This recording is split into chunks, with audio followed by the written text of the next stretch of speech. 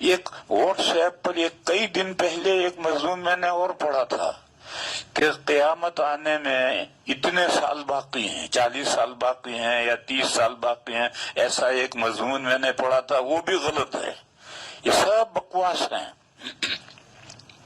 اور دلیل اس کی یہ ہے کہ قیامت کب آئے گی اس کا پتہ تو اس ہستی کو جس کو اللہ نے ساری کائنات سے زیادہ علم دیا ہے اس کو بھی نہیں معلوم تھا کہ قیامت کب آئے گی، اور جس بندے نے سوال کیا تھا وہ تمام نبیوں کے پاس وہی لے کر وہی آتے رہے، ان کو بھی نہیں معلوم تھا، بلکہ جو فرشتہ سور اٹھائے ہو کھڑا ہے اس کو بھی پتہ نہیں کہ قیامت کب آئے گی اور سور کب پھونکا جائے گا، اور انہوں نے طے کر کے بتا دیا کہ اب 40 سال باقی رہے ہیں قیامت کے آنے میں۔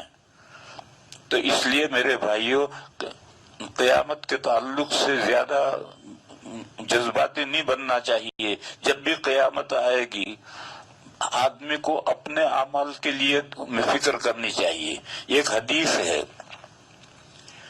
بہت اچھی حدیث ہے، نبی پاک صلی اللہ علیہ وسلم مسجد سے نکل رہے تھے اور ایک بدو یعنی جنگلی وہ دروازے پر ملا۔ اس نے، یہ جو بدو ہوتے ہیں دیہاتی نہیں، دیہاتی تو شہری ہو گئے ہیں اب، یہ تو جنگلی بالکل، جن کو لوگوں سے کوئی تعلق نہیں، جنگل کے رہنے والے، ان میں کوئی تہذیب نہیں ہوتی ہے۔ تو وہ دروازے پر اس نے پوچھا متی الساعہ، قیامت کب آئے گی؟ یہ جو پرانے زمانے کے جو جنگلی ہوتے تھے دیہات، اب تو دیہات رہے نہیں، اب تو ساری دنیا شہر بن گئی۔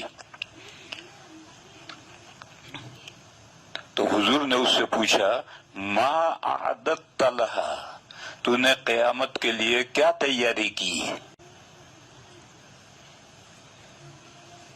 اچھا، یہ جو جنگل کے رہنے والے ہوتے ہیں ان میں بھی اللہ کے فضل سے بعض ذہین سمجھدار ہوتے ہیں۔ تو اس نے بہت شاندار جواب دیا، اس نے کہا یا رسول اللہ، میرے پاس کچھ زیادہ نمازیں نہیں ہیں، میرے پاس زیادہ روزے نہیں ہیں، مگر مجھے اللہ سے اور اللہ کے رسول سے محبت ہے، بس یہ ایک میرے پاس پونجی ہے، اور تو میرے پاس کچھ نہیں۔ تو اس دن حضور نے فرمایا کہ المرء مع من احب، قیامت کے دن آدمی اس کے ساتھ ہوگا جس سے اس کو محبت ہے۔ لہذا میرے بھائیوں، نمازوں کا اہتمام کرو، روزوں کا اہتمام کرو، زکاتوں کا اہتمام کرو، اور اللہ کے رسول صلی اللہ علیہ وسلم سے دل میں محبت کرو۔ اللہ کی محبت منتج ہوگی اللہ کے ذکر پر، اللہ کا بے حد ذکر کرو۔